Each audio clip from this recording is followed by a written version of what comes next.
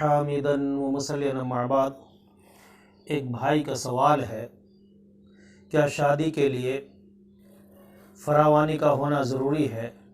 اگر تنگ دست شخص شادی کر لے تو کوئی شرعی قباحت تو نہیں؟ کتاب و سنت کی روشنی میں جواب دیں۔ ماشاءاللہ، بھائی کا بہت بہترین سوال ہے اور اس میں کوئی شک نہیں، ایسے سوال ہونے چاہیے، کیونکہ دنیا کے رسم و رواج سے دور رہ کر اگر آپ اسلامی نقطہ نظر سے سوچیں تو آپ کے لیے کوئی مشکل نہیں ہے۔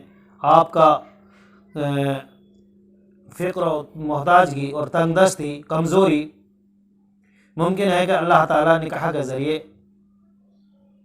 اسے دور کر دے۔ ارشاد باری تعالیٰ ہے، وَأَنكِحُوا الْأَيْمَ مِنْكُمْ وَالصَّالِحِينَ مِنْ عِبَادِكُمْ وَإِمَائِكُمْ أَنْ يَكُونُوا فُقَرَاءَ يُغْنِيهِمُ اللَّهُ مِنْ فَضْلِهِ وَاللَّهُ وَاسِعٌ عَلِيمٌ۔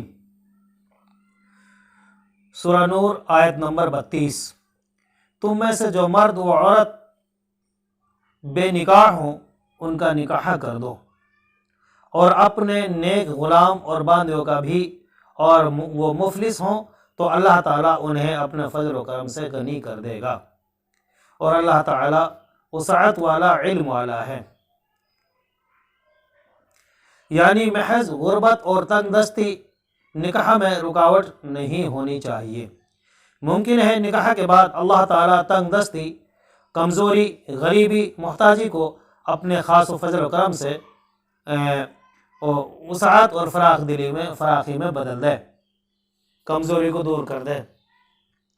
نبی کریم صلی اللہ علیہ وسلم نے فرمایا، آپ کی صحیح حدیث ہے، 3 شخص ایسے ہیں جن کی اللہ تعالیٰ ضرور مدد کرتا ہے۔ ایک نکاح کرنے والا جو پاک دامنی کی نیت سے نکاح کرتا ہے، دوسرا مکاتب غلام جو ادائیگی کی نیت رکھتا ہے، اور تیسرا اللہ کی راہ میں جہاد کرنے والا۔ ترمذی ابواب فضائل جہاد، باب ما جاء فی المجاہد والمکاتب والنکاح، حدیث نمبر 1655۔ عبدالرزاق 9542، مستدرک حاکم جلد نمبر 2 217، نسائی کتاب الجہاد 3122، ابن ماجہ کتاب العتق باب المکاتب 2518، صحیح ابن حبان 1635، الموارد مسند ابی یعلا جلد نمبر 11 410، شرح سنہ 717۔ سہل بن سعد السعدی رضی اللہ عنہ سے روایت ہے، ایک عورت اللہ کے رسول صلی اللہ علیہ وسلم کے پاس آئی۔ اس نے کہا، اے اللہ کے رسول صلی اللہ علیہ وسلم، میں اس لیے آئی ہوں کہ آپ کے لیے اپنا نفس ہبا کر دوں۔ اللہ کے رسول صلی اللہ علیہ وسلم نے اسے اوپر سے نیچے تک نظر دوڑائی، اس کے اوپر نظر دوڑائی، پھر اپنا سر نیچا کر لیا۔ جب اس عورت نے دیکھا کہ آپ نے اس کے متعلق کوئی فیصلہ نہیں کیا ہے تو وہ بیٹھ گئی۔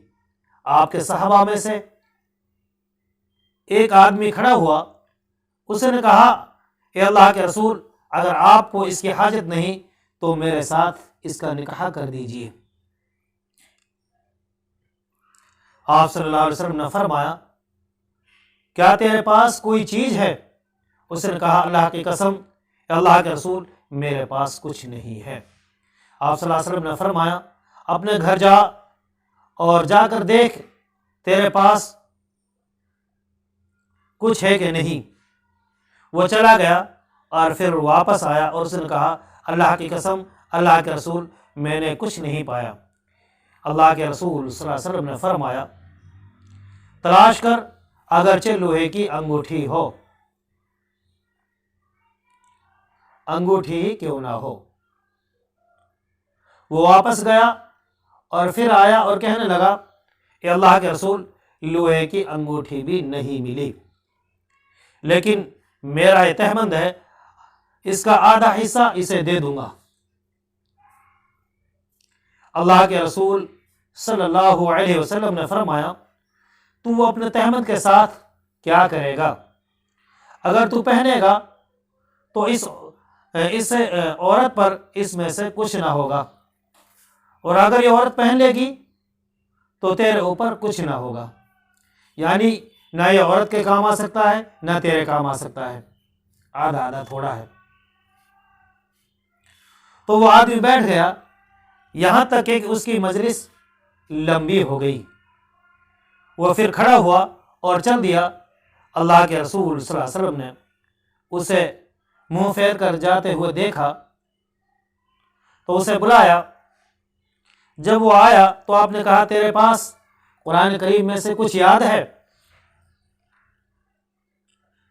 اس نے کہا، اللہ کے رسول صلی اللہ علیہ وسلم، فلاں فلاں صورتیں یاد ہیں۔